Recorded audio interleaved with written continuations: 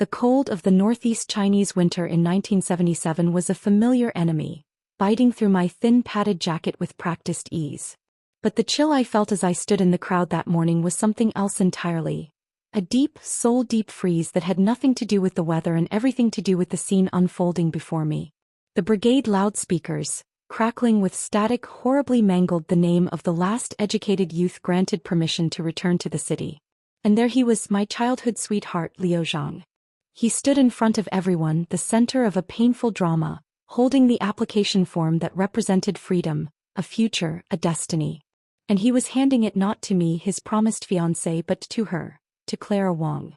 Clara was sobbing, tears streaming artistically down her face, making her delicate features even more pitiable. Leo's hand found mine, his grip tight, his eyes pools of manufactured guilt. "Mei Lin," he whispered, his voice thick with a false sorrow that made my stomach turn. "Wait for me. Just 2 years. Once I'm settled in the city, I'll come back for you. I promise. Clara, she's so fragile. I can't rest easy leaving her here alone." The words were a ghost, an echo from a lifetime ago. In my last life I had believed those empty vows. I had clung to them like a lifeline, waiting, withering away in this frozen hinterland until a harsh winter and a broken heart conspired to end me. Just before the darkness took me, I'd heard the news. He and Clara had married not long after arriving in the city. They had children. They were the celebrated golden couple, their love story an inspiration. And I was nothing more than the foolish, forgotten prologue, the country bumpkin who didn't know when her story was over. Now, looking at his deceitful face, the handsome features I had once loved, all I felt was a profound and twisting disgust. Calmly, with a strength I didn't know I possessed, I pulled my hand from his. I said nothing. Not a single word. I turned my back on him, on Clara, on the gawking villagers, and I forced my way through the crowd. My destination was the gnarled old willow tree at the village entrance. Beneath it, waiting anxiously, was Auntie Ma, the brigade's most determined matchmaker. Her eyes widened as I approached, my expression unreadable. "Auntie Ma," I said, my voice clear and steady, cutting through the murmurs of the crowd. "About the Chin family's proposal." "I agree." The wrinkles on her face blossomed into a smile like a crumpled chrysanthemum. "Oh, Mei Lin. You've really come to your senses. Let me tell you, that Chin boy may have an injured leg, but he's a proper battalion-level officer. If you marry him, you'll be an officer's wife. You'll never worry about food or clothing again. So many girls would envy you." She hadn't even finished her effusive praise when Leo's furious shout came from behind me. "Mei Lin, are you insane?" He rushed over, his face a mask of confusion and rage. He clamped his hand around my wrist, his grip so strong I felt the fine bones grind together. His eyes were bloodshot, blazing with an anger that was laced with a fear he didn't even recognize. "Do you even know what you're saying? Junchin is a cripple. You'll be stuck washing the sheets of a useless man for the rest of your life. Just to spite me, you'd throw your own future away." Clara hurried after him, clutching weakly at his sleeve, her eyes red-rimmed as she looked at me with a pitiful desperation that was as transparent as glass. "Mei Lin, please don't blame Leo. It's all my fault. If you're angry, then hit me, scold me, but please don't joke about your own happiness like this." It was a moving performance, a touching act of deep affection and self-sacrifice. The villagers watching began to whisper, their voices a susurrus of judgment and pity. "She's lost her mind. Who wouldn't snap? Of all men to choose, she picks the half-dead soldier from the military compound. They say his temper is monstrous." I glared coldly at the shameless pair, then shook off Leo's hand with a sharp twist. My voice wasn't loud, but it carried, clear and sharp, to every ear present. "First," I said, my gaze locked on Leo, "the return quota is yours. Whom you give it to is your choice. I have no right to interfere. Second," I continued, my eyes sweeping the crowd, "whom I marry is my choice, and it has nothing to do with you." I paused, letting the silence hang for a moment before shifting my gaze to Clara, who shrank back as if struck. "And lastly, I am not acting out of spite, nor am I joking. Comrade Junchin is a war hero who defended our country. He is not useless. Show him some respect." With that, I turned my back on them, my face as hard as stone, and looked at Auntie Ma. "Auntie, please. Let's go to the Chin family right now and give them our answer." "All right," she responded, her voice booming with a triumphant energy as if afraid I might change my mind. We turned and walked away, leaving the stunned crowd behind. Leo's enraged voice rang out after me, cracking with emotion. Mei Lin. You'll regret this. You'll definitely regret this. But I knew with a certainty that chilled me to the bone what true regret felt like. It was the regret of my past life, placing all my hope on him, only to die in despair after endless waiting and a slow, consuming illness. I would not make that mistake again. Jun Chen was the only son of the Deputy Chief of Staff of the Harbin Military District. At just 25, he was already a decorated battalion-level operations officer. If it hadn't been for a border clash a year ago where he was wounded protecting his comrades, his future would have been limitless. Now confined to a wheelchair, he had withdrawn from the front lines, his nature growing withdrawn and cold. In the military compound, he had become someone everyone pitied yet avoided. To find him someone who could care for him, the Chin family had spread the word. Any girl willing to marry him would be granted an urban household registration, a stable job and a generous dowry. But even with such tempting conditions, few were willing. Who would risk her entire life marrying a man whose legs were disabled and whose temper was notoriously difficult? Auntie Ma had cast her net wide before finally landing on me, the orphaned, rootless educated youth with no father, no mother and no one to rely on. In my previous life I had seen this proposal as the ultimate humiliation. I had rejected it outright, stubbornly waiting for a ghost. This time, however, this marriage was my only springboard, my only chance to escape this land and break free of my doomed fate. Auntie Ma worked with remarkable speed. That very afternoon she brought the Chin family's reply and the betrothal gifts to my dorm at the educated youth station. 300 yuan, several bolts of fine cloth and piles of candy and pastries. In an era where the average monthly income was barely 30 yuan, this was an undeniable fortune. The person in charge of the station stared wide-eyed at the dowry, his avarice warring with his pity. He immediately approved a 3-day leave for me and told me to prepare for the wedding.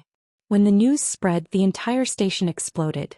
Some sympathized, some sneered, but most were eaten up with a raw, green envy. 300 yuan. I couldn't earn that in 10 years. She's stepping straight into heaven. A city resident overnight. Not just that, she'll be an officer's wife. Takes luck to land a deal like that. But what's the point of spending your life with a... I ignored all the gossip. Quietly, I packed the few belongings I had. An old wooden trunk, a handful of faded clothes, and the pair of gold bangles my mother had left me. In my past life, I had sold those bangles to scrape together travel expenses for Leo, only to later discover he hadn't needed that money at all. He had only wanted to test the depth of my devotion. How laughable. That night Leo came to me again. He looked haggard, his chin covered in stubble, his eyes bloodshot. He blocked my doorway, his body tense. Mei Lin, stop this nonsense and come back with me, he rasped. I'm not making trouble, I said calmly, meeting his gaze. You're still mad at me.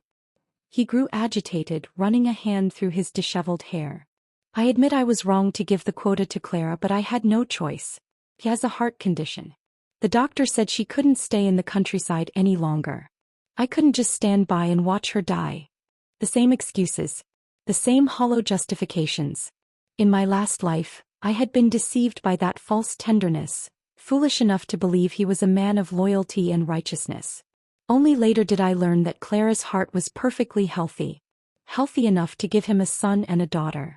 Healthy enough to share in his wealth and glory and live to a ripe old age. That's your concern, Liu Zhang, I said coldly. We are finished. No, we're not. He shook his head stubbornly, his eyes pleading. Mei Lin, believe me, you're the one I love. Wait for me 2 years at most. I swear I'll come back and marry you in grand style. That won't be necessary, I said, sidestepping him and trying to shut the door. I'm getting married in 3 days. You don't need to concern yourself with me anymore. But he pressed hard against the door, his face twisted in pain, his voice raw. Mei Lin, must you ruin yourself like this? What can he give you? He's not even a real man. That was the spark. The anger I had swallowed for 2 lifetimes ignited, white-hot and pure. I snapped my head up, my eyes sharp as blades. I don't know if he can give me happiness, I said, my voice low and venomous. But I do know this. He won't tell me he loves me while handing the chance to live to someone else. Liu Zhang, take your cheap affection and your empty promises away. They disgust me. With every ounce of strength in my body I slammed the door. The resounding bang was a period at the end of our story. I shut his shocked and wounded face outside, leaning my back against the rough wood as silence settled, heavy and long. Then came the sound of his defeated footsteps, shuffling away into the night. I slid down to the floor, the cold seeping through my clothes. Last the tears came. They were not for him, not for the love I had lost, but as a belated final farewell to the hopelessly foolish girl I had been in my past life. That girl was gone. I had buried her in the snow myself. 3 days later the wedding took place right on schedule. There was no elaborate ceremony, no hall full of guests. The Qin family sent a jeep to fetch me. The driver was a young orderly named Xiao Wang. I put on a brand new red polyester shirt, a gift Auntie Ma had prepared, and braided my hair neatly into 2 long plaits. Sitting in the jolting jeep, I watched the fields and villages fly by outside the window, my heart unusually calm. This was the place where I had poured out 8 years of my youth, the place I once thought would be my grave in a foreign land. Now I was finally leaving it behind. Liu Zhang did not appear. I heard that he and Clara Wang had boarded the train to the city just the day before. That was fine. Out of sight, out of mind. The jeep drove me straight into the legendary military compound. Red brick buildings with green tiled roofs, clean cement roads, soldiers in uniform coming and going, children laughing and playing in the yards. Everything here was a stark contrast to the muddy, chaotic life I had known. It was a world of order and discipline, and it felt like another planet. The vehicle stopped in front of a 2-story house that seemed quieter than the others. "We're here, ma'am," Xiao Wang said, lifting my trunk for me, his face carrying a trace of unmistakable pity. "This is Staff Officer Chen's home." I nodded, a tight ball of nervousness forming in my stomach. I pushed open the worn iron gate and walked inside. The yard was bare, holding only a few leafless trees and a pile of miscellaneous junk in the corner, giving off a desolate, lonely air. The doors of the house were tightly shut, and the entire place radiated a coldness that warned strangers away. This was to be my new home. Taking a deep breath, I pushed open the heavy wooden door. Inside the light was dim. A faint smell of disinfectant mixed with medicinal herbs filled the air. The furnishings were sparse. A simple table, a few chairs, a calligraphy scroll on the wall that read, "Serve the country with utmost loyalty." And there, by the window, a man sat with his back to me in a wheelchair. He wore a faded old military uniform. His frame was lean but straight, and even in his seated position, it was easy to imagine the commanding presence he must once have carried. Sunlight poured through the glass, outlining him in a golden glow, but it did nothing to melt the layer of cold desolation that clung to him like a shroud. He didn't turn around. Only spoke coldly, his voice brittle as ice and hoarse from disuse. "Put the things down and leave." I froze for a second, then understood. He must have thought I was a delivery person or perhaps the new hired help. I set my trunk by the door and walked toward him, my footsteps soft on the wooden floor. I tried to make my voice as gentle as possible, a stark contrast to the harshness of his. "Hello," I said. "My name is Mei Lin. From today on I'm your wife." At that he finally turned his head slowly. The moment I saw his face, my breath caught in my throat. I had heard that Junchen was handsome, but I hadn't imagined he would look like this. His features were sharply cut, every line precise and defined. His brows were thick and strong, his nose high and straight, his jawline a firm, clean angle. But it was his eyes that held me. They were dark, deep as a still midnight pool, and in them there was no light, no emotion at all. Only a dead, inky emptiness. His skin was pale from a long absence of sunlight, and his thin lips were pressed tightly together. He was like a magnificent eagle whose wings had been brutally broken, fallen into the dust, yet he still carried a proud and aloof bearing that refused to be extinguished. His eyes swept over me, sharp as a surgeon's scalpel, as though dissecting me, judging my worth, my motives, my very soul. After a long, suffocating moment, the corner of his lips tugged into a cold, mocking smile. "A wife," he said, the word dripping with sarcasm. "Who sells herself to a cripple just for an urban household registration. How pragmatic of you." His words were meant to be cutting, to push me away. But I didn't get angry. I saw through the thorns to the raw, bleeding vulnerability beneath. Once he had been the favored son of heaven. Now he had fallen to this, his pride crushed, having to rely on his parents to bargain for a wife with promises of money and benefits. I met his icy gaze with a calmness that seemed to surprise him. "Comrade Junchin," I said, my voice even. "Let's make a deal." He raised his brows, a flicker of genuine surprise in the dead depths of his eyes. "A deal? I know you don't want this marriage," I continued. "And you don't want a stranger disrupting your life. I don't want to use marriage to tie you down either. So we can come to an agreement." I held up 2 fingers. 2 years. We'll be husband and wife in name only for 2 years. During that time I'll do my best to take care of your daily needs and play the role of your wife. After 2 years, if you still can't accept me, or if you find someone more suitable, we'll divorce. By then I'll have my registration and a job and I can live independently. We'll both get what we need. Neither of us will owe the other anything. He stared at me in silence, his dark eyes deepening as he weighed the truth of my words. The room was so quiet I could hear the ticking of a clock from another room. After a long, tense pause, he finally spoke, his voice slow and measured. "You're sharper than I expected." "I'm just practical," I replied evenly. "Fine." He gave a short, sharp nod. "The room on the west side is mine. The east side is yours. Without my permission, don't enter my room." He turned his wheelchair so his back was to me again, a clear dismissal. "And another thing. I don't like noise. Keep your mouth under control." "Okay," I agreed readily. "And," he added without looking back, "I don't eat onions, ginger, garlic, cilantro, or fatty meat." Such a picky list of demands from a man who had just accepted a wife out of convenience. I bit back the urge to roll my eyes and simply nodded at his back. "Got it." He said nothing more. He maneuvered his wheelchair into the west bedroom and slammed the door shut with a definitive bang. Staring at the tightly closed door, I let out a slow breath I hadn't realized I'd been holding and shrugged helplessly. Clearly life with my new husband was not going to be easy. But that was fine. I had patience. And I had a plan. Rolling up my sleeves, I turned to face the cold, desolate house. It was time to get to work. The slam of the door echoed in the sparse living room, a sound of finality. I was alone. I stood there for a long moment, simply breathing in the silence and the faint, sterile scent of medicine that clung to the air. This was it. My new life. My fresh start, built on a foundation of a transaction with a man who seemed carved from ice and bitterness. I looked around. A thin layer of dust coated every surface, muting the colors of the wood and the few simple furnishings. It wasn't just untidy, it was unloved. It was the home of someone who had given up on living, who saw his surroundings as nothing more than a waiting room. Well, I was no longer waiting. I was here. I started with my own room on the east side. It was small and plain, holding only a wooden bed with a thin mattress and a chipped, empty wardrobe. But it was mine. A space of my own, a sanctuary. I unpacked my meager belongings, placing the faded clothes in the wardrobe and setting the small wooden box containing my mother's gold bangles on the bedside table. They were my last tangible connection to a past before Leo, before the heartache, a reminder of a love that was real and unconditional. I would not sell them this time. They were my insurance, my secret strength.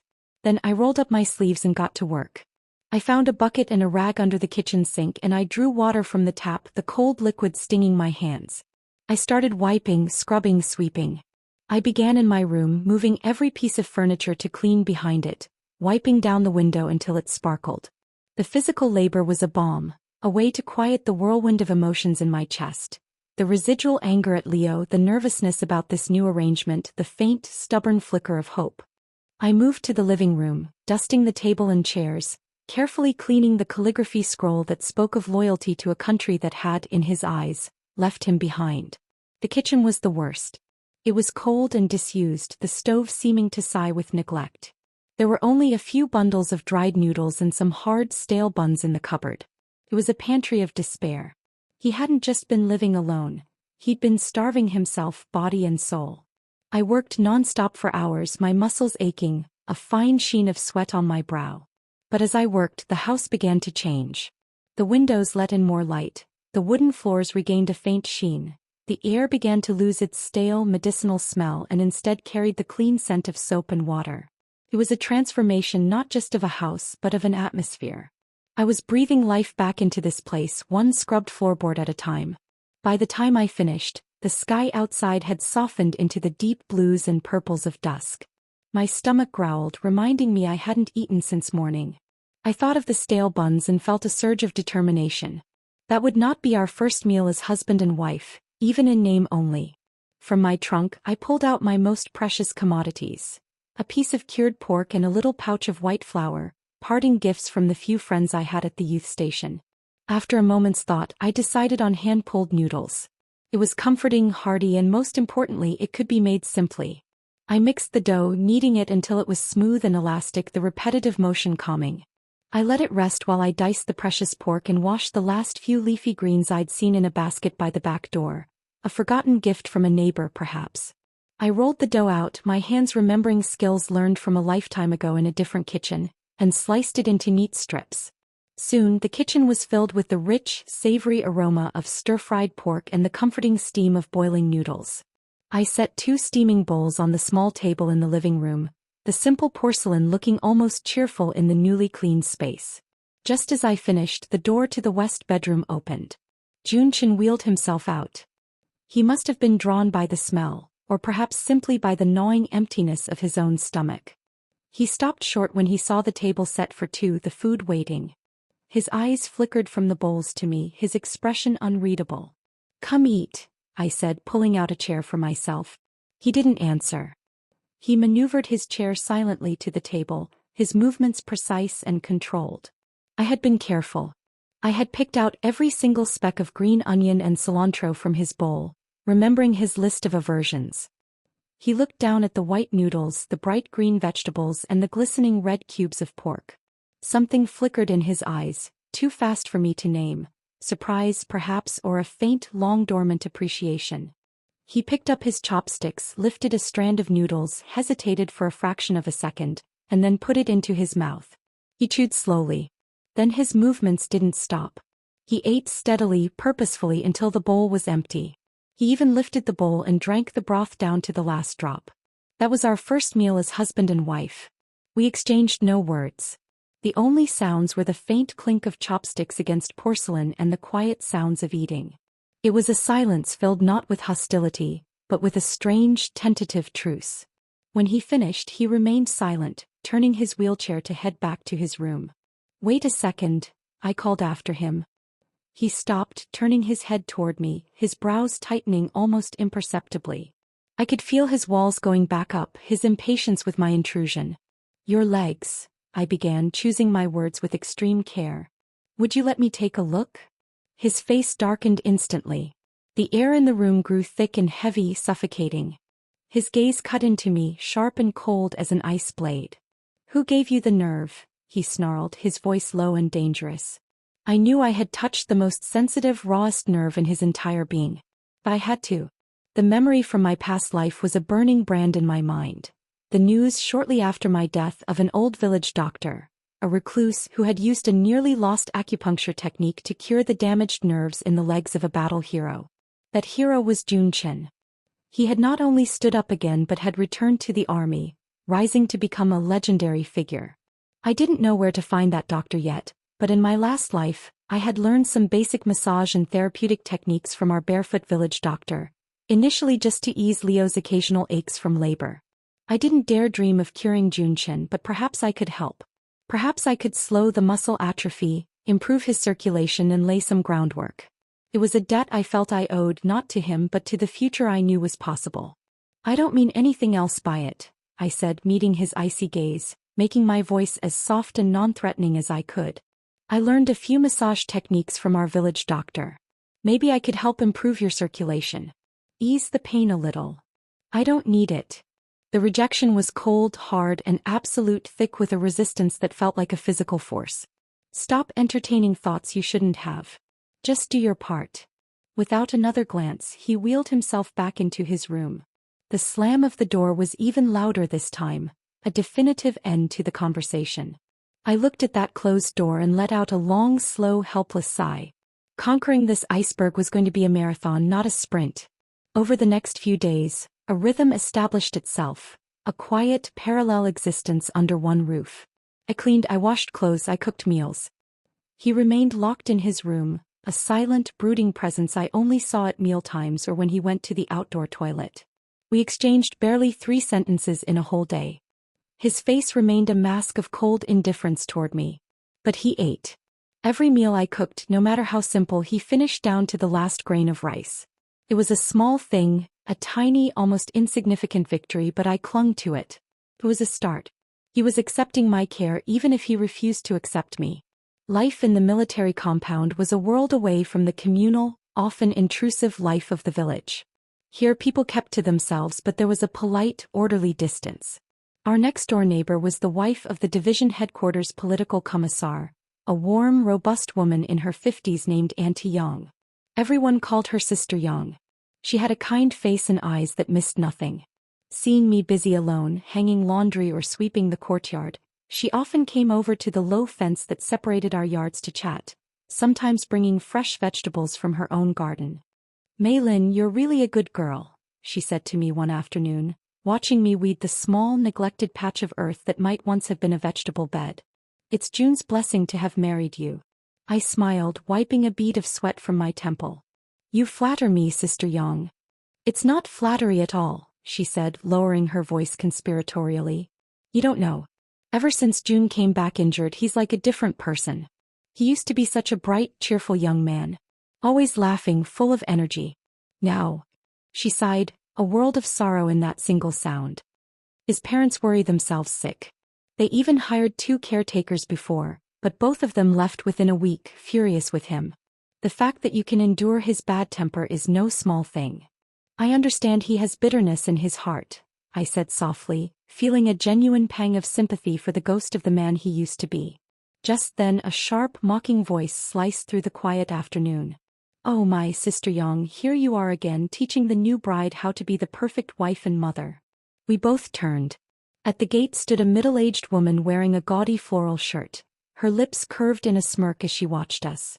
It was Mrs. Liu, the wife of the logistics director, and the compound's most notorious gossip. Her eyes, sharp and calculating, swept over me from head to toe. Sister Yang's friendly face darkened instantly. "Lu Hong, watch your mouth." Mrs. Liu curled her lip, her gaze lingering on me with open disdain. "So this is Staff Officer Chen's new little bride. Pretty enough, I'll give her that." She paused, letting the silence hang. "But I wonder how it feels spending every day stuck with a patient." She bit down hard on the word patient, the malice dripping from her tone like poison. Before I could even form a response, Sister Yang shot up from where she was leaning on the fence, her plump face flushed with fury. "Lu Hong, what nonsense are you spouting? Junchin is a hero. If you dare slander him again, I'll tear that foul mouth of yours apart." "What nonsense?" "I'm just stating the obvious," Mrs. Liu said with feigned innocence, though her eyes gleamed with satisfaction at having provoked a reaction.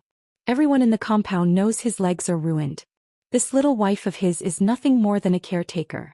Or maybe..." Her eyes gleamed with a particular cruelty.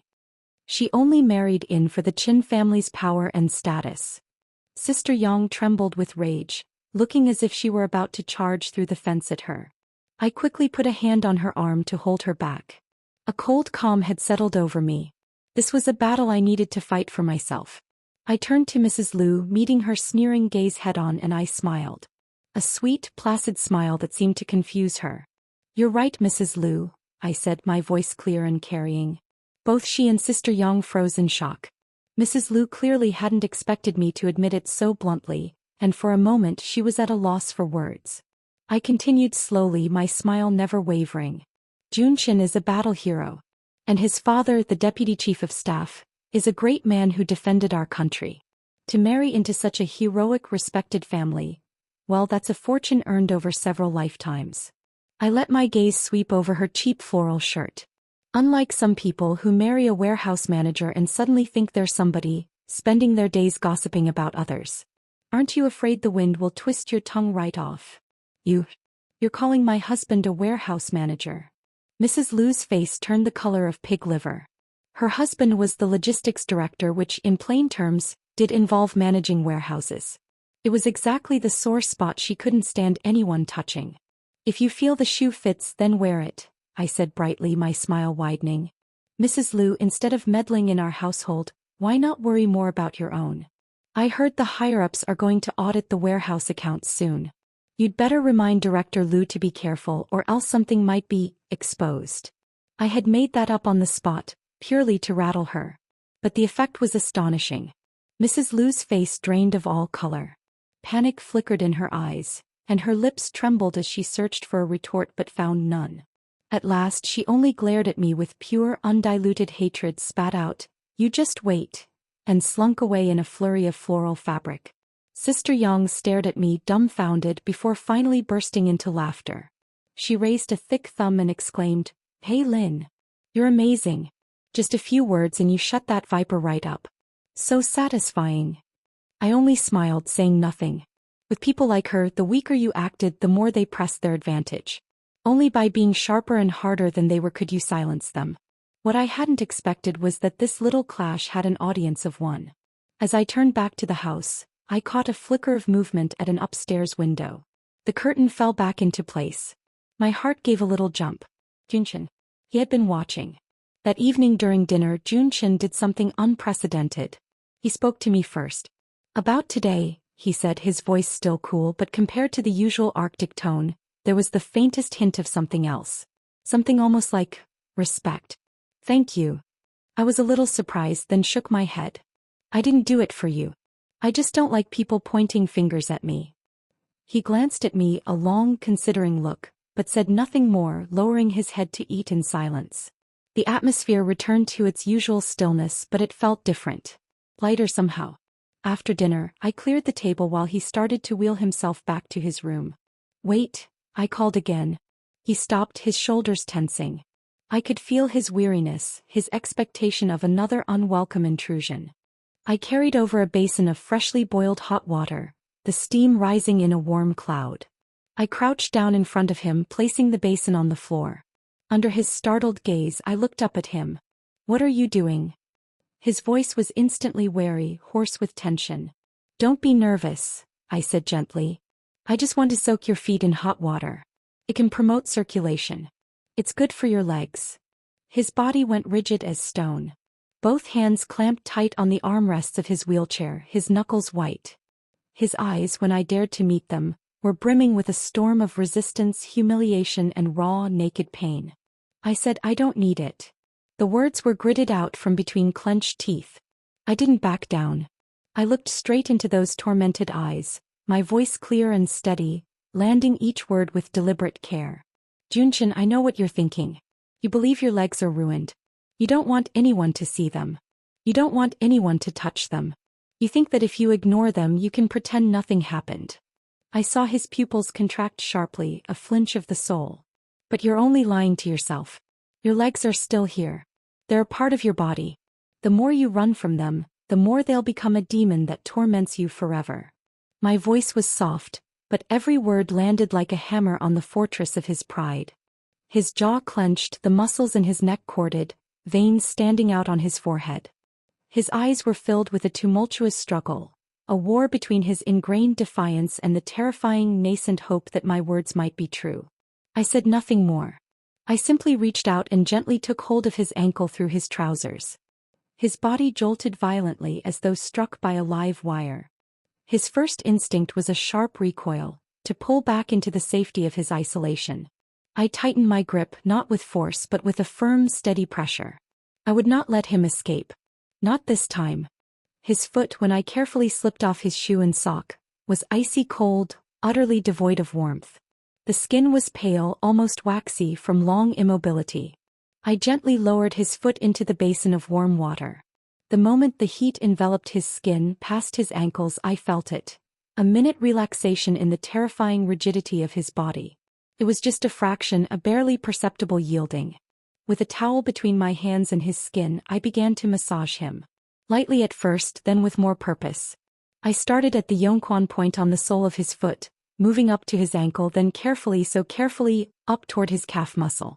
My technique wasn't professional, but I put my whole heart into it, focusing on the feel of the atrophied muscle beneath my fingers, willing warmth and life back into it. He didn't say a word the entire time. He sat as still as a statue, but his body was no longer a block of tense ice. His breathing, which had been shallow and held, quickened little by little.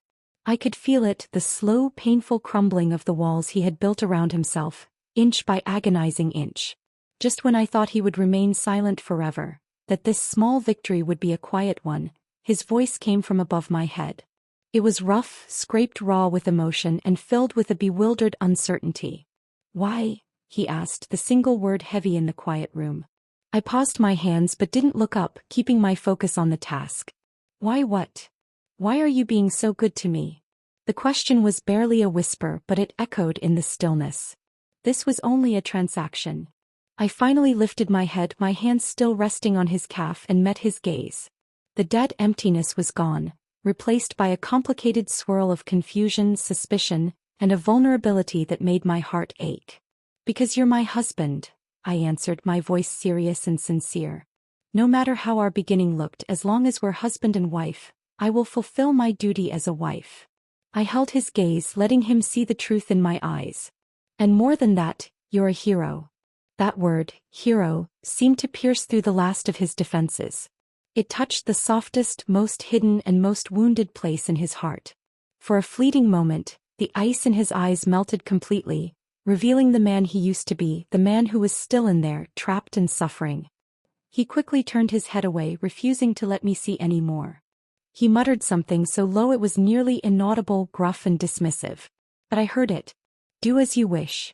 It wasn't gratitude. It wasn't acceptance. But it was permission. And for now, for this battle in my long war, it was enough. The words, "do as you wish," hung in the air, a grudging surrender that felt more significant than any victory shout. From that day on, the atmosphere in the small house shifted.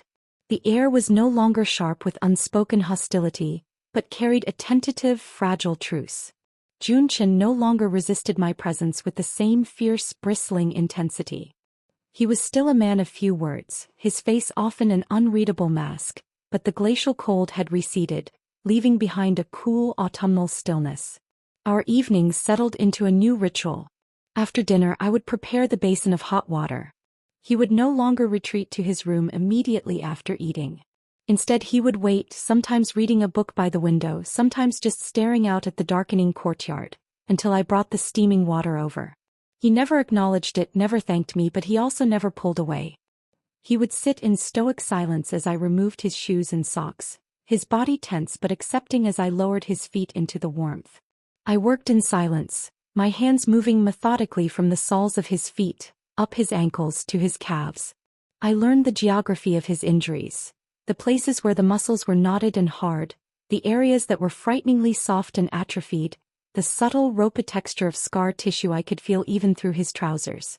I poured all my focus into my hands, imagining the blood flowing, the nerves stirring, the life returning. It was a form of prayer. One evening, about a month after our confrontation with Mrs. Liu, the impossible happened. I was massaging his left leg, my thumb pressing firmly into a point near his knee, a point the village doctor had said was connected to nerve function. I felt a subtle, involuntary twitch beneath my fingers. It was slight, a mere flutter like the faintest tremor of a moth's wing. But we both felt it.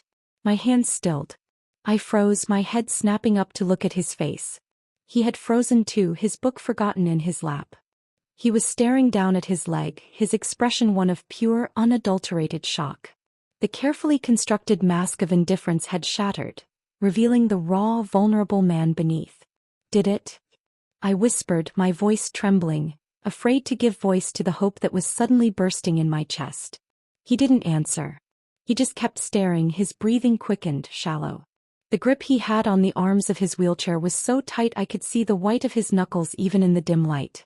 The air in the room was charged, electric with possibility.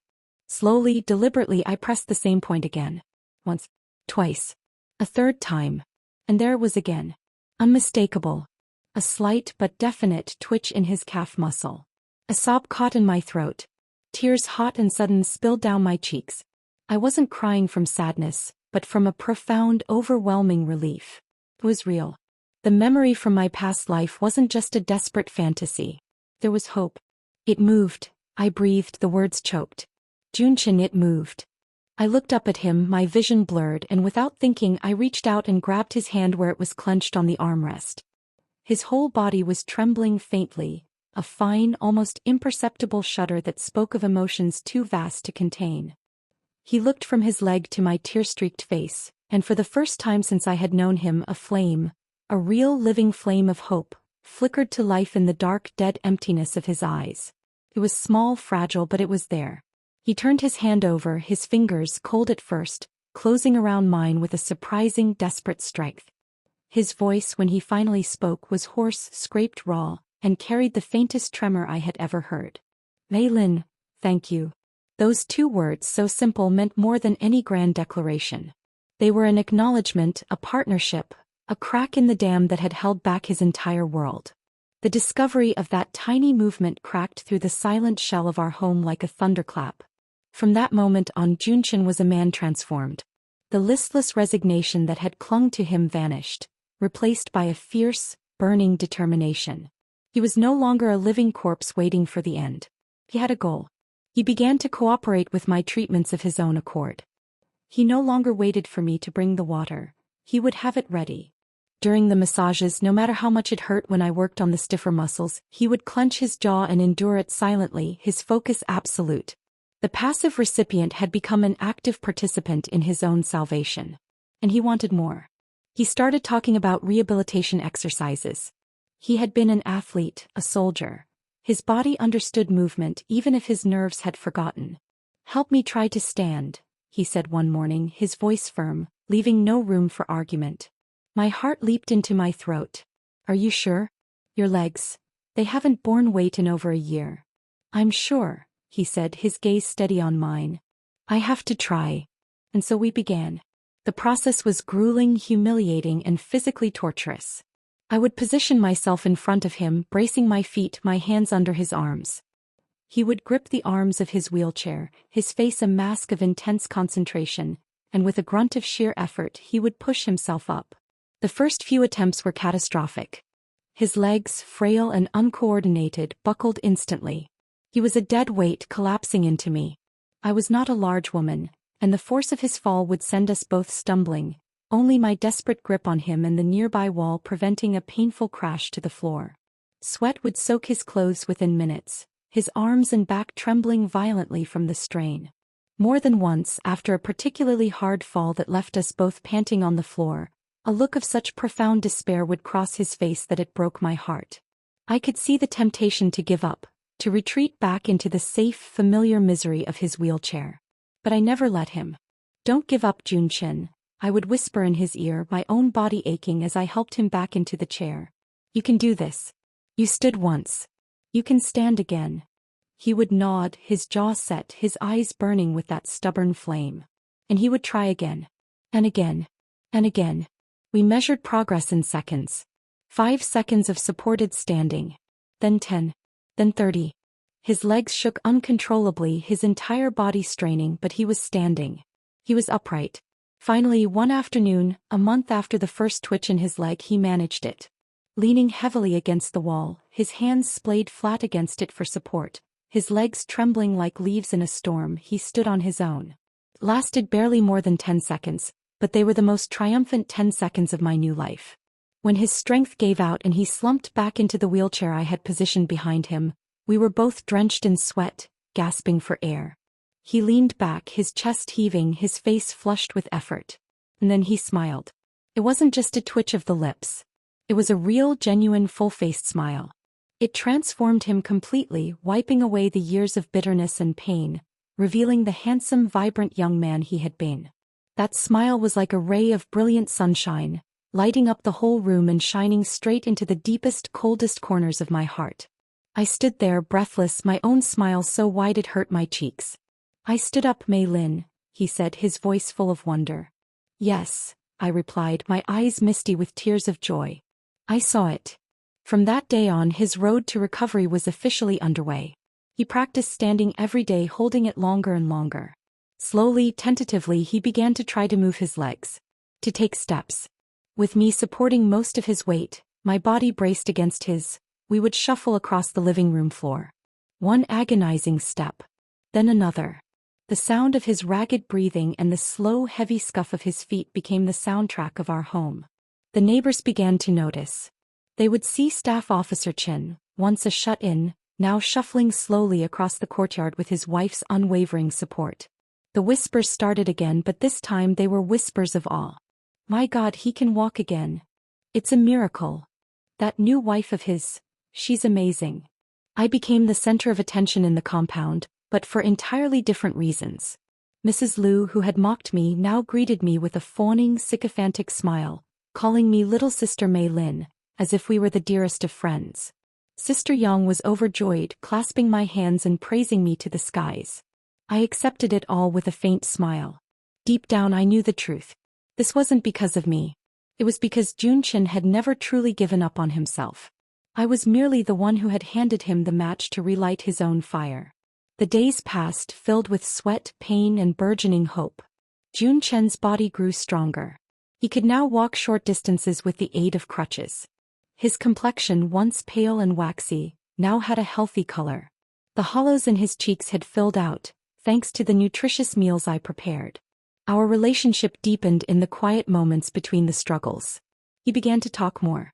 He would tell me stories from the army, funny anecdotes about his men, tales of training exercises gone wrong. He shared silly, cherished memories from his childhood.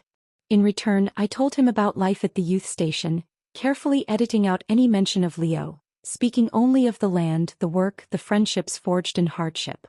We were no longer just two people bound by a transaction. We were becoming companions, confidants. Though we still slept in separate rooms, the invisible wall between us had not just crumbled. It had been reduced to dust. It was in this new, hopeful atmosphere that the past decided to rear its ugly head. I received an unexpected package. The return address was from the city, and the name on it made my blood run cold. Liu Zhang. With trembling hands I opened it. Inside was a polyester dress, a garish, fashionable style for the time, and a letter. The pages were filled with his cramped, familiar handwriting. He poured out endless longing for me, pages of poetic misery. Then he complained. He complained about the city, about his menial job at the factory, about how unsatisfying his life was. He wrote that Clara Wang had changed completely after returning. She looked down on him for being a lowly worker, for his lack of prospects. They quarreled constantly. Their marriage, he confessed, was falling apart. At the end of the letter, the confession came as I knew it would. He still loved me. His biggest regret was giving the return quota to Clara. He would find a way to get a divorce, he wrote, and then he would come back for me. Meilin, wait for me. I'll definitely give you happiness. Staring at the page, I felt nothing but a bitter, cold irony. In my last life, these words would have been my salvation.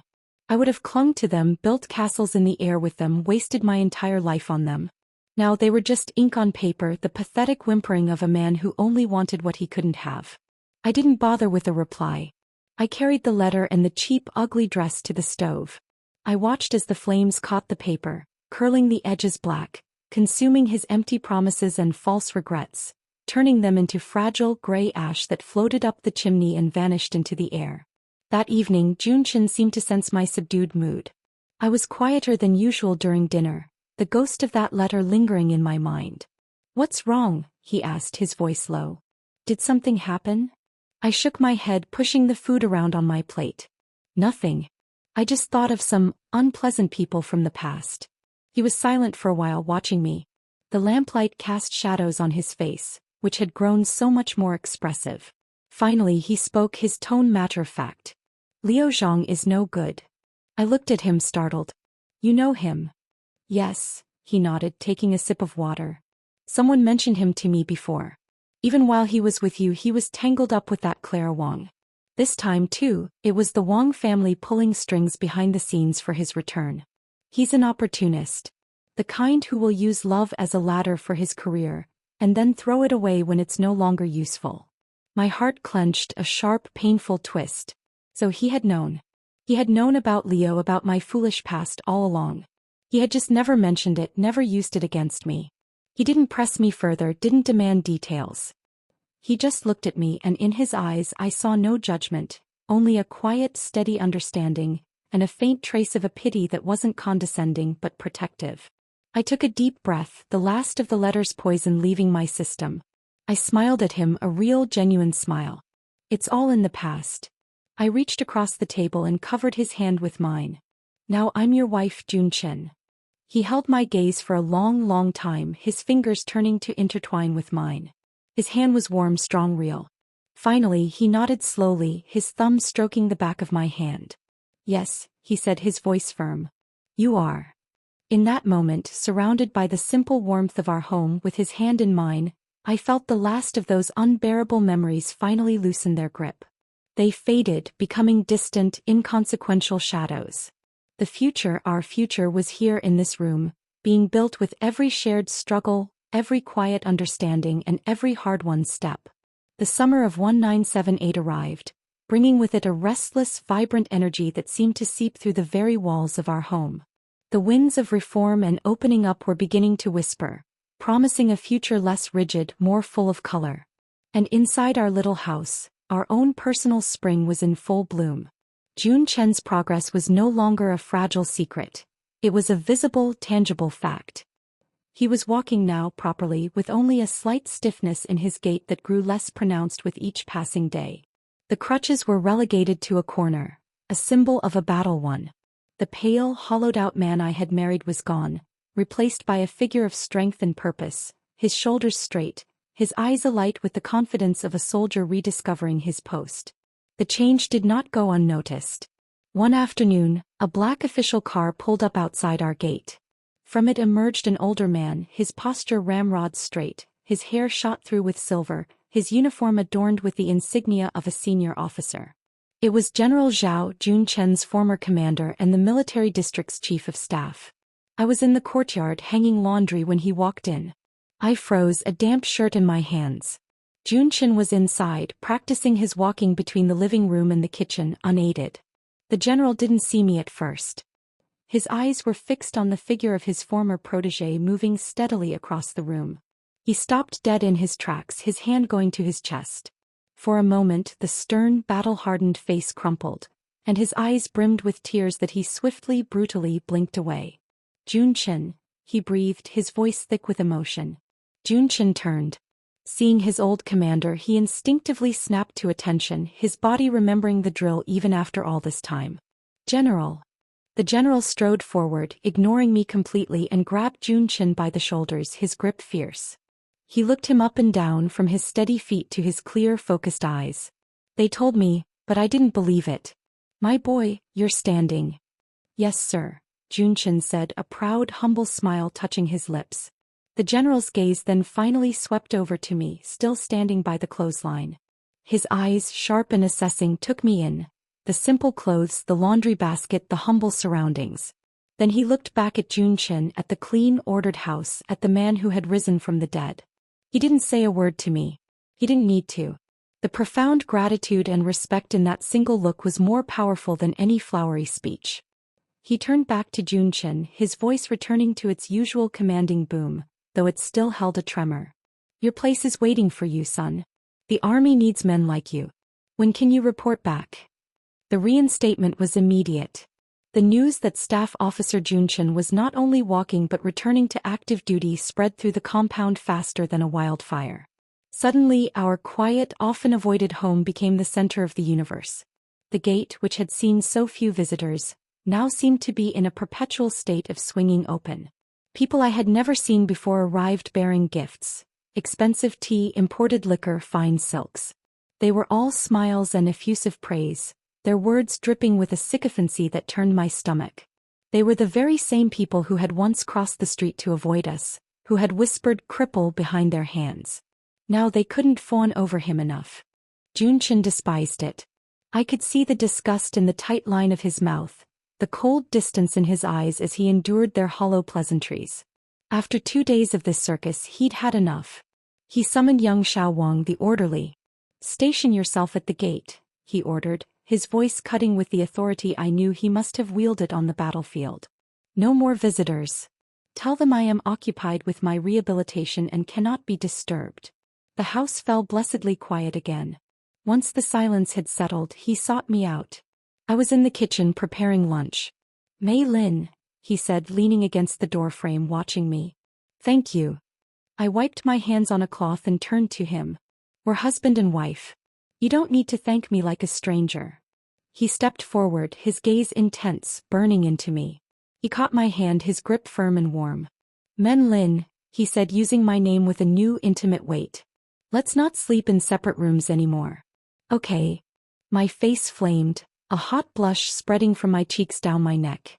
My heart began to pound, a wild, joyful rhythm against my ribs. I lowered my head, unable to hold his scorching gaze, and whispered a soft, breathless. That night I moved my few things into his room. It was Spartan like the rest of the house, but it held his scent, the essence of him. He held me that night, not with the desperate grip of a drowning man, but with the possessive, tender strength of a man claiming what was his. His kisses were not tentative but hot and fierce, trembling with a passion long suppressed. "Mei Lin." He whispered my name again and again into the darkness, his lips against my skin, my hair, my mouth. "I love you." In the dark, with his arms around me, his heart beating against mine, I smiled through tears of pure, unadulterated joy. After 2 lifetimes of longing and betrayal, I had finally heard a vow spoken from the heart. A real one. With Junshin back at the army, his days were busier than ever. But he was a changed man at home too. He would bring me little gifts from the city. A pretty hair clip, a scented bar of soap, a book of poetry. He would clumsily try to help with housework, his large soldier's hands fumbling with a washcloth or a vegetable knife, making me laugh. And at night he would hold me close, murmuring stories of the barracks, his voice a low, comforting rumble that lulled me to sleep. I didn't stay idle either. The restlessness of the era had infected me too. I didn't want to spend my life defined only as an officer's wife. The memory of my past life, of dying powerless and penniless, was a constant spur. I had my own ambitions. Using a small portion of the connections June's status now afforded, I quietly rented a tiny, narrow storefront on a bustling street in the city. Then, with a resolve that felt like stepping off a cliff, I sold one of my mother's gold bangles. The weight of it in my palm was heavy with memory, but I let it go. It was not a sacrifice for a man's ambition this time. It was an investment in my own. The money became my startup capital. I opened a clothing shop. I called it New Vision. At the time, the sartorial landscape of China was a sea of drab conformity, dull blacks, grays and dark blues, with cuts that hid the body in shapeless anonymity. But I had an advantage. I carried in my mind aesthetics from decades ahead. I saw color, shape and individuality. I designed the clothes myself, sketching feverishly at night after June was asleep. I used bright, bold colors: sapphire blue, emerald green, vibrant coral. I created dresses that cinched at the waist, blouses with elegant collars, trousers that flared slightly at the bottom. I hired a retired seamstress and we worked tirelessly, turning my visions into reality. At first it was a struggle. People were wary. They would peer into the shop window, their eyes wide with shock at the riot of color, then hurry away. The first month I sold almost nothing. The whispers started even here. "Who does she think she is? No respectable woman would wear that." But the times were changing. Soon a trickle of brave young city women began to venture in. They were the daughters of officials, students, young working women hungry for a taste of the world that was slowly opening up. They would try on a dress, their eyes lighting up as they saw their transformed reflection in the mirror. Business began to grow, slowly at first, then gaining momentum until it was a steady, thriving stream. My little shop became the talk of the city, the place for fashionable, modern women to shop. Before long I had earned back my initial investment and then some. I was no longer Mei Lin, the poor educated youth, or even just Mei Lin, the officer's wife. I was Boss Mei, a business owner, a woman making her own way. Junshin supported me wholeheartedly. On his days off he would come to the shop, still in his uniform sometimes, and help me move heavy bolts of fabric or rearrange displays. He never complained, never suggested it was beneath his status. One month he used his entire allowance to buy me an imported, electric sewing machine, a luxury I could only dream of. "My Mei Lin should do what she loves," he told me, his smile proud as he watched me marvel at the machine. With both love and career thriving, I felt like the happiest woman in the world. The ghosts of my past life were silent. The future was a brilliant, open road. It was in this state of hard-won contentment that the past, stubborn and vile, decided to make one last desperate play. I was in the shop one afternoon going over the account books, when the bell above the door chimed. I looked up, a polite greeting on my lips, and it died there. It was Clara Wong. Looked terrible. A world away from the delicate, weeping beauty of the village. She was haggard, her face pale and sallow. She wore a faded, outdated dress that hung loosely on her frame. The moment her eyes found me, clean, well-dressed and surrounded by beautiful things, a flash of pure, undiluted hatred twisted her features. But it was gone in an instant, replaced by the pitiful, tearful mask I knew so well. "Mei Lin," she said, her voice trembling. I didn't even bother to stand. I looked at her over the top of my ledger, my face a blank slate.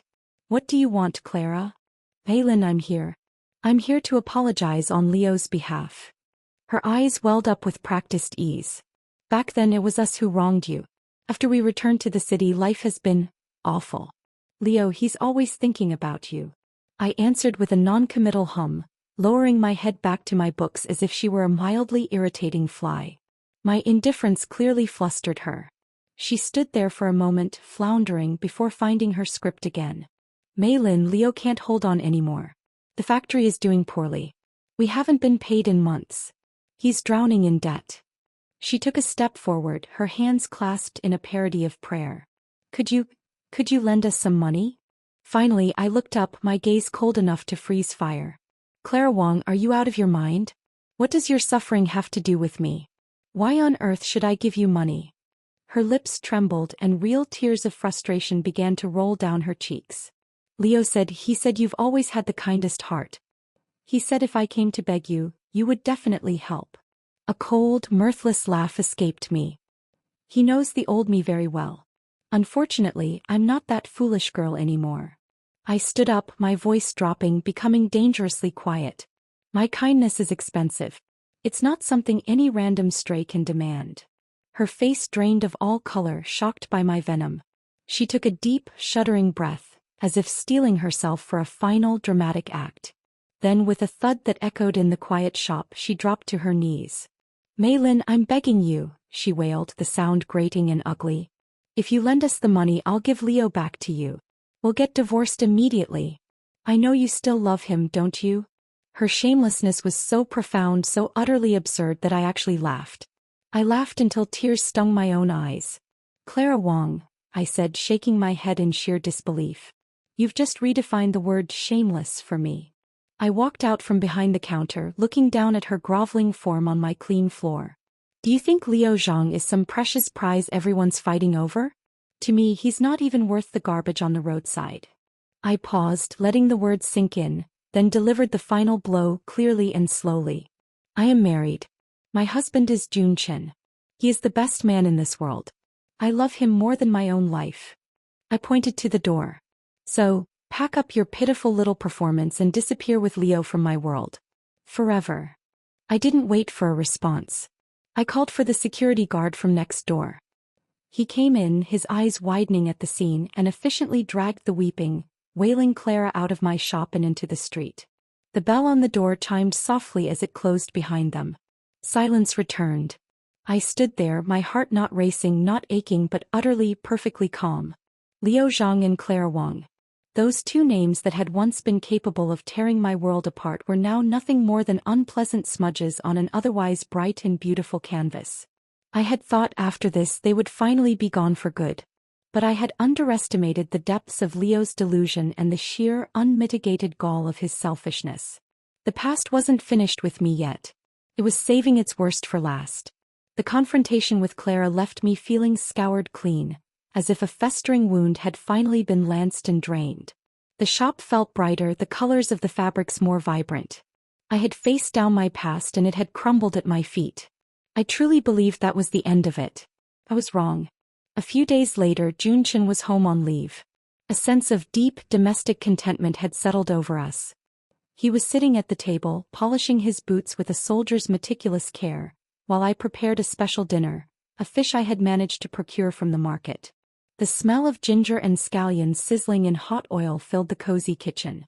It was a perfect, ordinary moment, the kind I had never dared dream of in my previous life. The doorbell rang, a shrill, intrusive sound. "I'll get it," June said, setting down his brush and getting to his feet with only the faintest hint of stiffness. I smiled, watching him go. Every time I saw him walk, a little thrill of pride went through me. I heard the door open. There was a moment of silence, then June's voice, cold and formal. "Can I help you?" A voice I had hoped never to hear again rasped in response, horribly familiar. "I'm here for Mei Lin." My blood ran cold. The spatula froze in my hand. June Chen's tone didn't change, but I could feel the ice in it from the kitchen. "Mr. Zhang. Show some respect. Get out of my way." Leo roared, his voice slurred, unhinged.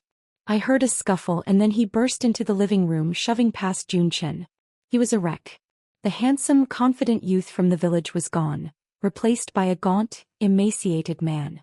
His clothes were ragged and stained, his hair greasy and unkempt. His eyes were the worst, wild, bloodshot and burning with a fanatical light. The moment they landed on me, they turned red with a possessive fury. "Mei Lin," he rasped, and he lunged toward me, his hand outstretched as if to grab me. But Junchen was faster. He moved with the speed and precision of the soldier he was, stepping between us like an immovable mountain. He didn't shove or shout. He simply stood there, a wall of solid, disciplined strength, his presence itself a command to halt. "Get out of my way," Leo snarled again, spittle flying from his lips. "This is between me and Mei Lin. What does it have to do with a cripple like you?" The word, cripple, hung in the air, ugly and venomous. June Chen's expression didn't flicker, but I saw the muscle in his jaw tighten.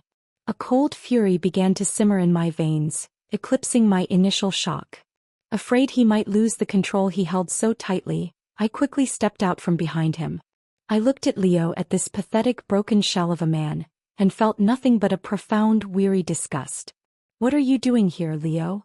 My voice was flat, devoid of all the emotion he so clearly craved. "Come with me, Mei Lin." His eyes were desperate, pleading, but with a mad intensity that was frightening. "I know you didn't marry him with a true heart. You're just angry with me. I know you still love me. Let's start over." "Okay." I couldn't believe what I was hearing. The sheer, breathtaking audacity of it. "Liu Zhang, are you out of your mind?" "I'm not crazy," he cried, his voice cracking.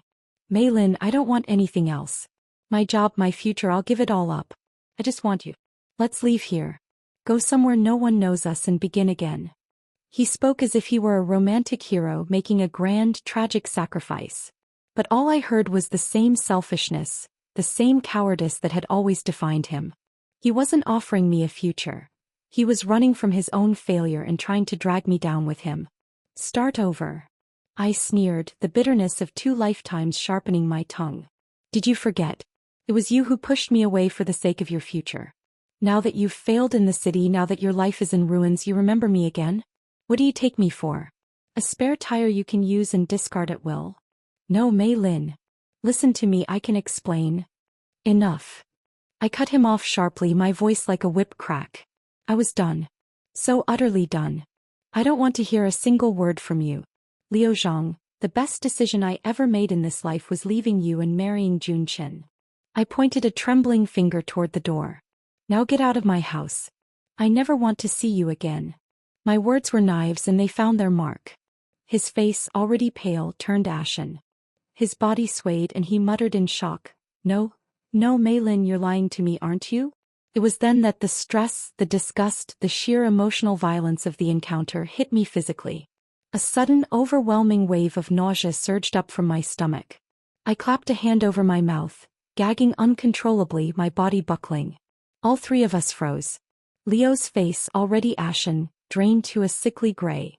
The frantic light in his eyes guttered and died, replaced by a dawning, horrified comprehension. Junchen, meanwhile, was stunned for only a second. Then an overwhelming, incandescent joy burst into his eyes. He was at my side in an instant, his arm around my waist, supporting me, his voice trembling with a hope so fierce it was almost painful. "Mei Lin," he looked at me, realization dawning on his face. "Are you?" "Understood too." My hand went to my stomach. My monthly cycle was already nearly 2 months late. In the whirlwind of the shop and June's recovery, I had put it down to stress. But now, with this sudden, undeniable physical reaction, the truth became glaringly obvious. I might be pregnant. This sudden, miraculous revelation was the final, brutal blow to Leo. He looked at Junchin holding me, at the unspoken intimacy and fierce protectiveness in the gesture, at the dazed, hopeful look on my face. The last shred of his delusion was torn away. The light in his eyes dimmed, bit by bit, until there was nothing left but a hollow, broken darkness. "So, it's true," he whispered, the words a death rattle. He stepped back as if struck. A broken, twisted smile, uglier than any tears, stretched across his face. "You really love him. And you're carrying his child." It was as if all the strings holding him up had been cut. He crumpled in on himself, his shoulders slumping, his head bowing.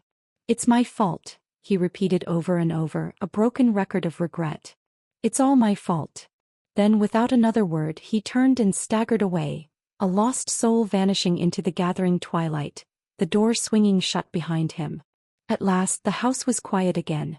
The tension shattered, replaced by a breathless, trembling hope.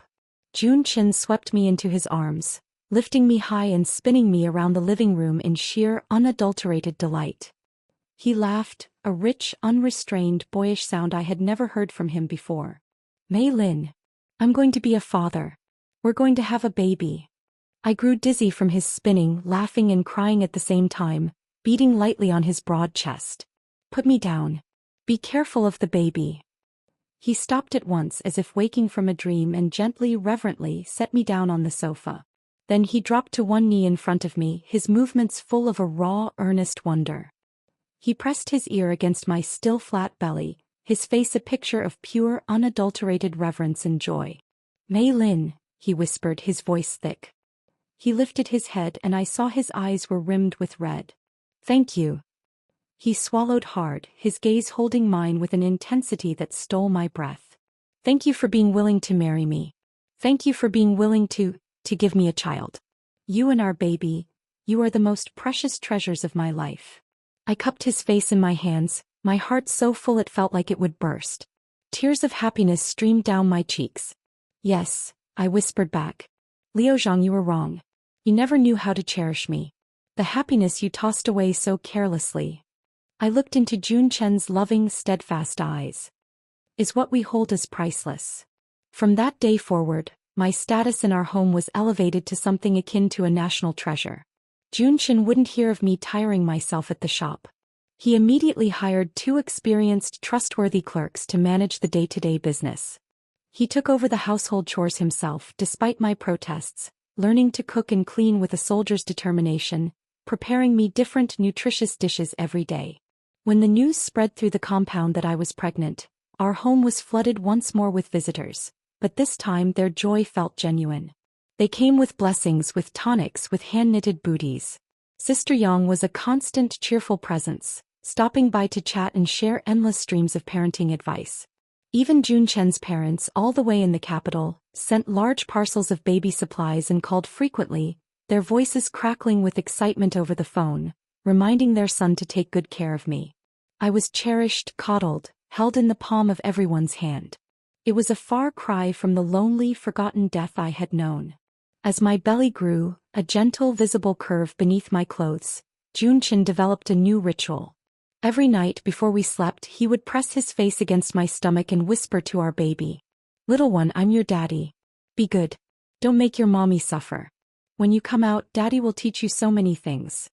Watching this man, once as cold and hard as granite, speak with such tender, foolish gentleness always made my heart swell with a love so profound it ached.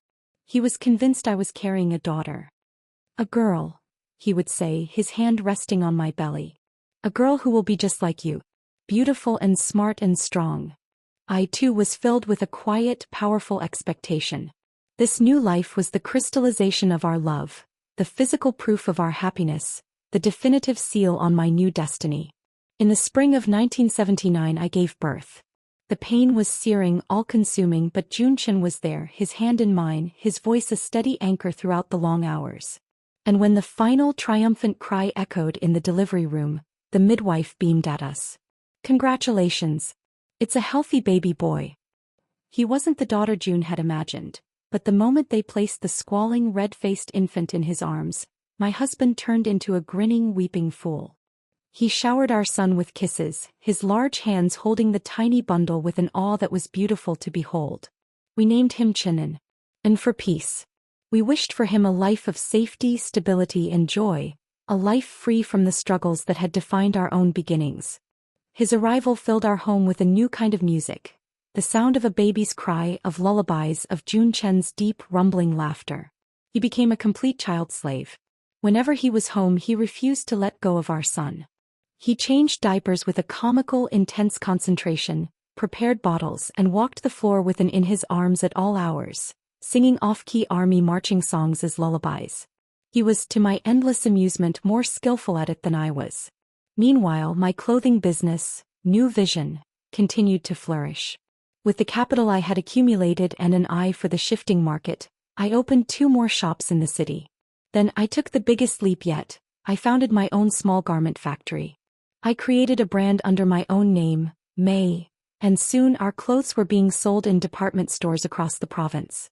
I was no longer just a shop owner. I was becoming a well-known businesswoman. Jun Chen too was rising rapidly through the military ranks. His brilliant mind, his leadership and the sheer force of his will, forged anew in the fires of his recovery, carried him from battalion commander to regimental commander in what seemed like the blink of an eye. He was hailed as the youngest, most promising officer in the district. We had become the model family, the couple everyone in the compound envied and admired. A husband with a boundless future, a wife with a thriving career and a lively, beloved son. Our life was a vibrant tapestry woven from threads of struggle, hope and deep, abiding love. Often, in the quiet moments watching June play with our son or looking over the accounts of my growing enterprise, I would think to myself, if the me from my previous life, the one who froze to death in the snow, full of despair and betrayal, could see this, she would think it an impossible, unreachable dream. But it was real. I had done it. I had clutched the second chance I was given with both hands and I had changed my fate. I had seized the happiness that was always meant to be mine. The cry of our son Chin-en was not just the sound of a new life. It was the fanfare for a new era in our own. The small red-faced bundle with a shock of dark hair became the sun around which our entire world revolved. Jun Chen, the battle-hardened officer, melted into a puddle of gooey devotion the moment he held his son. I often found him simply staring at the baby asleep in his crib, his expression one of such naked wonder it brought fresh tears to my eyes. "He has your eyes, Mei Lin," he would whisper, his finger gently tracing the baby's cheek. "And your stubborn chin," I'd reply, smiling. The rhythm of our days was now set to the demands of an infant. Sleepless nights, the warm, milky scent of his skin, the tiny, perfect grip of his hand around my finger. It was an exhausting, exhilarating whirlwind. Junchen was my rock. Despite his increasing responsibilities at the army base, he insisted on sharing the load. He was a surprisingly natural father, his large, capable hands deft at diapering and burping, his deep voice a soothing balm to our son's nighttime fussing. My clothing business, New Vision, continued to thrive even in my absence. The 2 clerks I had hired, a pair of sharp-eyed, ambitious young women, managed the shop with impressive competence. They sent weekly reports and profits which grew steadily. The success was a quiet, personal triumph. It was mine, built with my own vision and my mother's bangle. It was a part of me that existed independently of being Jun Chen's wife or Anne's mother. One afternoon while Anne was napping I spread the account books and design sketches across the living room floor. The numbers were good, better than good. The demand for my designs was outstripping what my single seamstress and I could produce in the back of the shop. An idea, a terrifying and thrilling one, had been germinating in my mind for weeks. Jun Chen came home early, still in his uniform, his boots quiet on the floor. He knelt beside me, his gaze sweeping over the sketches of elegant dresses and tailored jackets. "The business is doing well," he stated, his voice warm with pride. "It is," I said, my heart beginning to beat a little faster. "So well that I have an idea. A big one." He looked at me, his expression open and encouraging. "Tell me." I took a deep breath. "I want to open a factory. A small one to start. We could hire more seamstresses, produce our clothes in larger quantities. We could create our own brand. A real brand with a label." I pointed to one of my sketches. "We could call it May." There was a moment of silence. I held my breath, waiting for his reaction. This was not the modest ambition of a village wife. This was the dream of a businesswoman. A slow, proud smile spread across his face. It was the same smile he had given me when he took his first unaided steps. Then do it, he said as if it were the most simple, obvious thing in the world. It will require more capital, I said cautiously. I'll need to sell the other bangle. My mother's last bangle. The final, physical tether to my past. The thought sent a pang through me, but it was a clean pain like cutting a cord. Jun Chen's hand covered mine. That bangle helped bring you to me. It's done its duty. Let it help you build your future now. Our future. His unwavering support was a wind in my sails. Within a month I had sold the bangle. The sum was substantial. With it I leased a small vacant workshop on the outskirts of the city and purchased 10 second-hand sewing machines.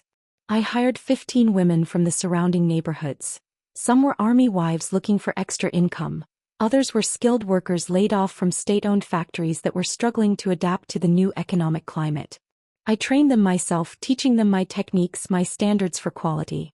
The May garment factory was born. The constant rhythmic whir of sewing machines became the soundtrack of my days when I wasn't caring for an. It was chaotic and challenging. There were issues with fabric supply, with quality control, with managing the women. But it was alive. It was growth. Jun Chin, now promoted to regimental commander, was busier than ever, but he found ways to help. He used his logistical knowledge to help me streamline the supply chain for my fabrics.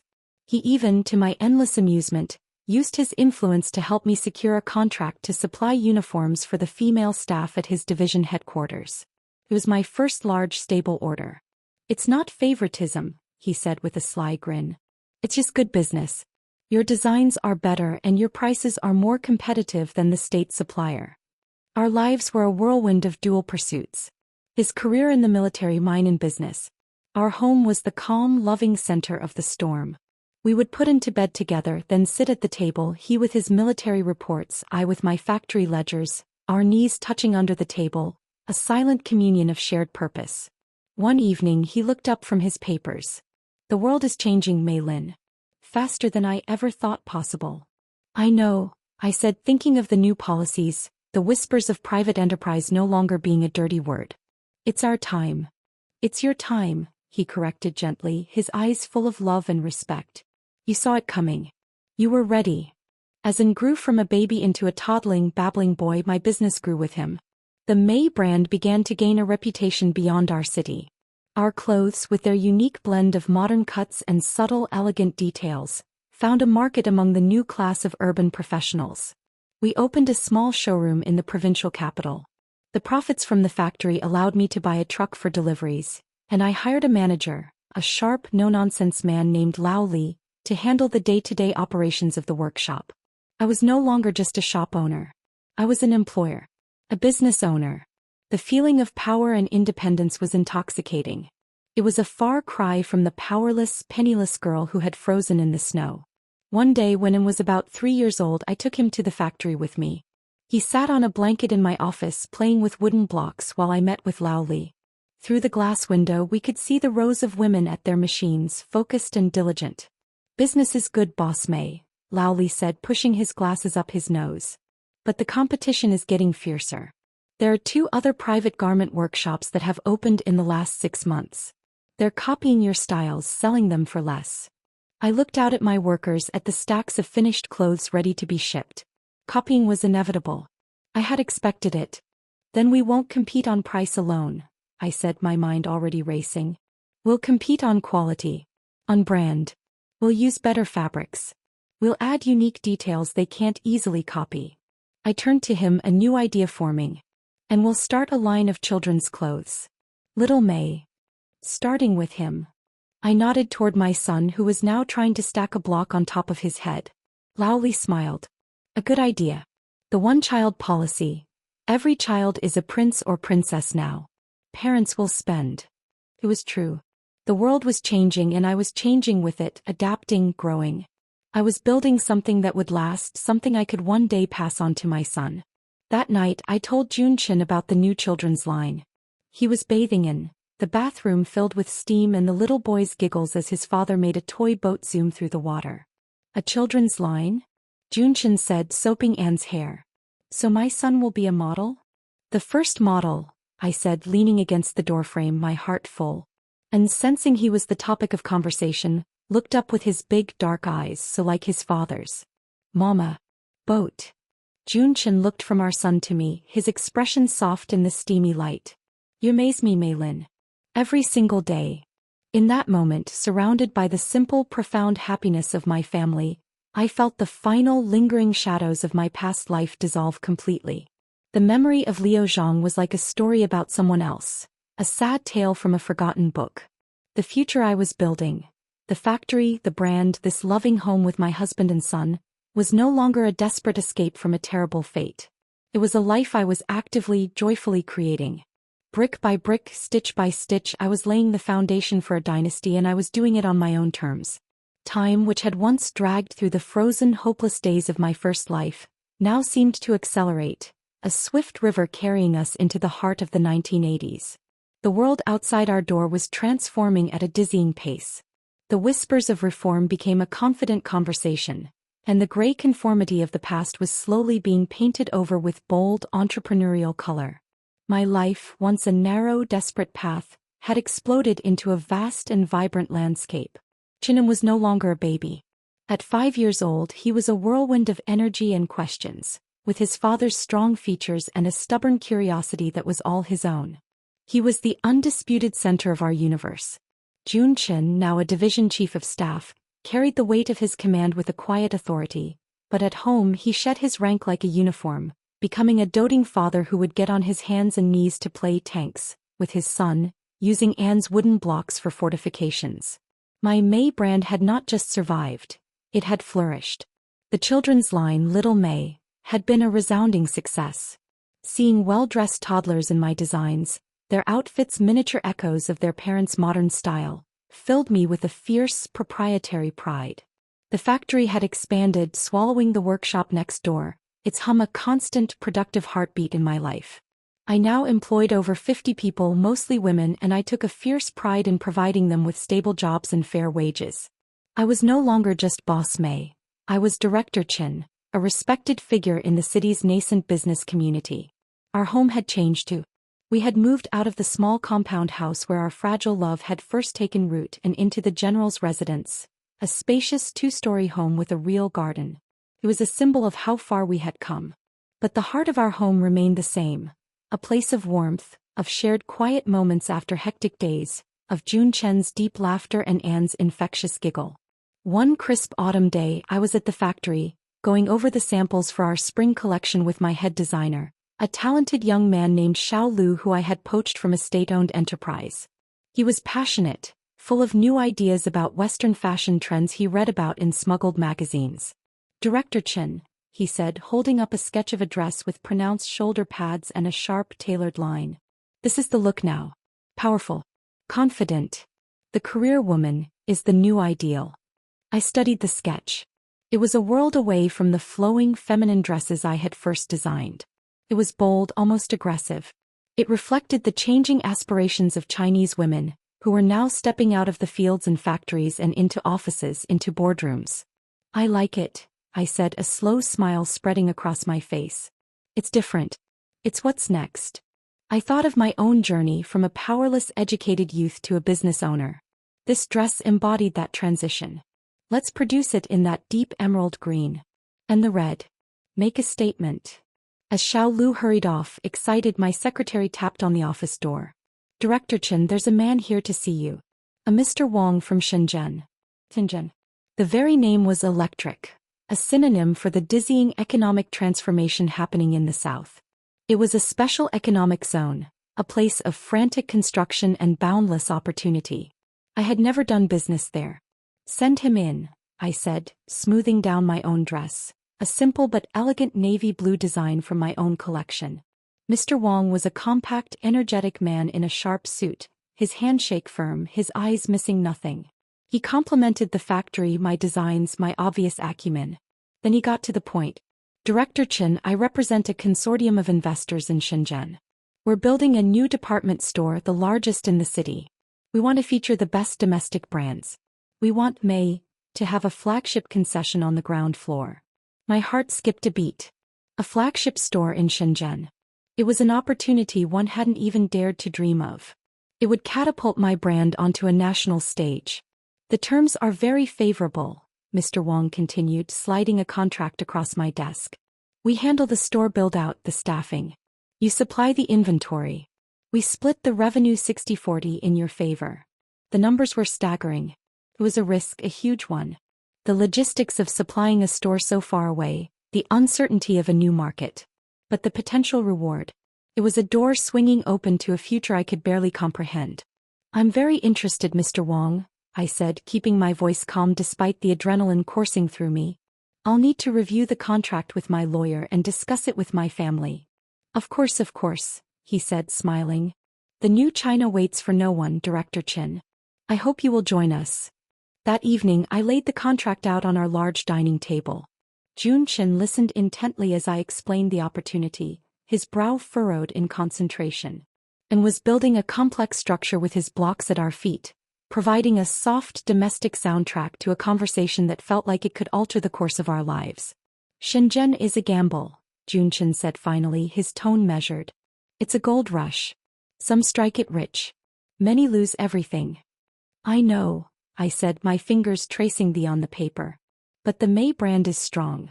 Our quality is proven. This isn't a gamble on a whim, June. This is a strategic expansion. It's the logical next step. He was quiet for a long time, looking from the contract to me to our son playing on the floor. I knew what he was thinking. He was a soldier, a strategist. He understood logistics, supply lines, calculated risk. But he was also a husband and father. This would mean I would be traveling, that my attention would be divided even further. Papa, look. And held up his block tower, which was leaning precariously. It's a skyscraper. Like in the picture book. Jun Chen's gaze softened as he looked at our son. He then turned back to me, a slow, decisive light in his eyes. You have built all of this from a single gold bangle and a rented shop, he said. You have never been wrong about the direction of the wind. He reached across the table and took my hand. If you believe this is the right move, then we will make it. The army has connections in the south. I can make some calls, ensure your shipments aren't delayed by bureaucracy. Tears of gratitude and love pricked my eyes. His support was not just emotional, it was practical, powerful. He was using his influence to clear a path for my ambition. I'll have Lao Li go down first, I said, my mind already racing with plans. He can oversee the setup. I'll go once the store is ready to open. 3 months later, I stood in the gleaming marble-lined interior of the New Century department store in Shenzhen. The air smelled of new paint and possibility. The May flagship store was a vision of modern elegance, my clothes artfully displayed under bright lights. A crowd gathered outside for the grand opening. There were reporters, photographers. My heart hammered against my ribs. I was wearing one of the new, powerful shouldered dresses in emerald green. I looked like the career woman Xiao Lu had sketched. I felt like her. The ribbon was cut. The doors opened. A flood of well-dressed, eager shoppers poured in. I watched as women my age and younger touched the fabrics, held up dresses to themselves in the mirrors, their eyes alight with the same hunger for beauty and self-expression that had driven me all those years ago. Lao Li, looking slightly overwhelmed but immensely proud, navigated the crowd to my side. It's a success, Director Chin. A complete success. I just nodded, unable to speak. I was watching a dream I hadn't even known I possessed come to life in a city that itself was a dream, rising from fishing villages to skyscrapers in a handful of years. That night in my hotel room I called home. Jun Chin answered after the first ring. Well? He asked, his voice warm with anticipation. It's incredible, June, I breathed, the emotion finally breaking through. They love the clothes. They sold out of 3 styles in the first hour. I could hear his smile through the phone. I never doubted it for a moment. In the background I heard Anne's little voice. Mama, did you see the big buildings? Yes, my love, I said, my voice thick. I saw them. And one day I'll bring you here to see them too. Hanging up the phone, I stood at the window of my high-rise hotel, looking down at the neon-lit streets of Shenzhen, a city that never slept, a monument to relentless progress. The journey that had begun in a frozen village, born from betrayal and despair, had led me here to this pinnacle of a new world. The past was not just a memory, It was a fossil buried deep beneath the foundations of the life I had built. And the future, our future, stretched out before me as bright and limitless as the lights of the city below.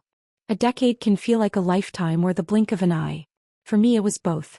The 1980s bled into the 90s, a vibrant, chaotic and prosperous blur.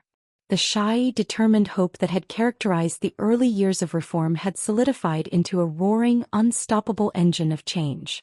And our family was carried along on its crest. Chinnam was no longer a little boy. At 15 he was tall and lanky, all sharp elbows and quiet intensity. He had inherited his father's disciplined bearing and my stubborn focus, a combination that made him both a model student and a fiercely independent young man. His childhood fascination with his father's world had crystallized into a single-minded ambition. He was going to be a soldier. He spent his free time running drills in the garden, his face a mask of concentration, or poring over military history books Junchan brought home for him. The wooden blocks were long gone, replaced by model tanks and aircraft, meticulously assembled and painted. My May empire had grown beyond my wildest imaginings.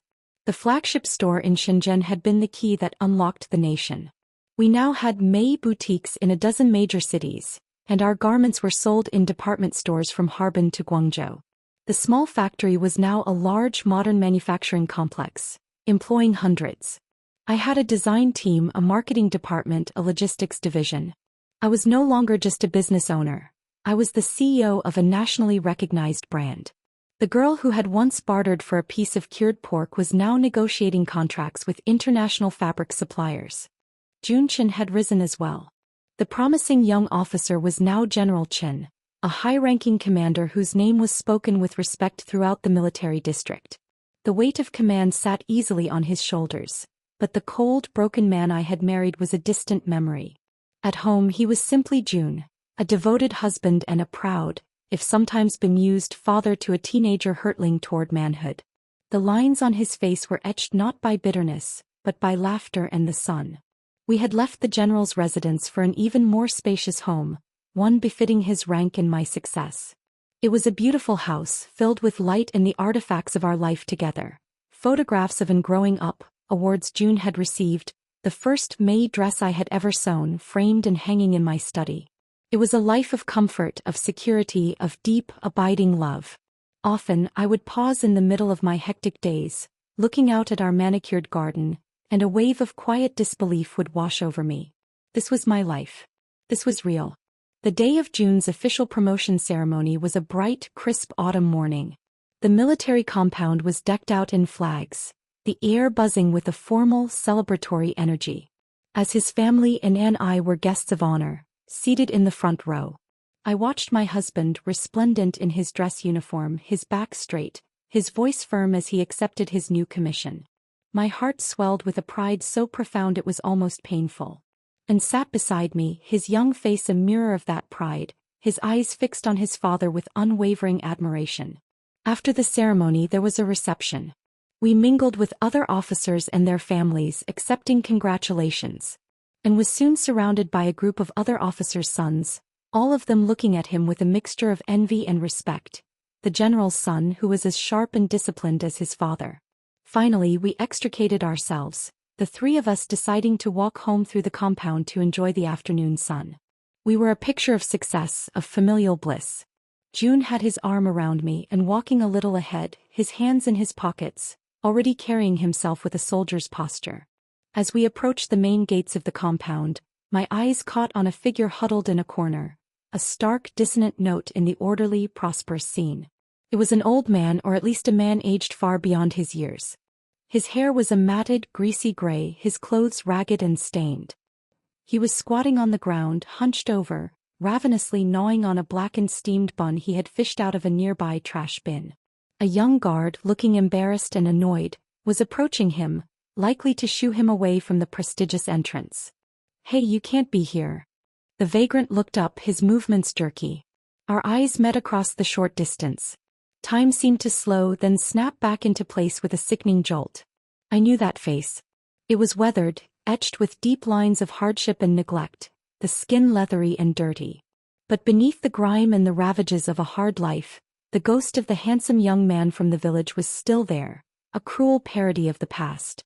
Liu Zhang. I had never imagined I would see him again. And certainly not like this. When he recognized me, a transformation came over him. The dull, hopeless murk in his eyes was burned away by a sudden, desperate, almost insane brightness.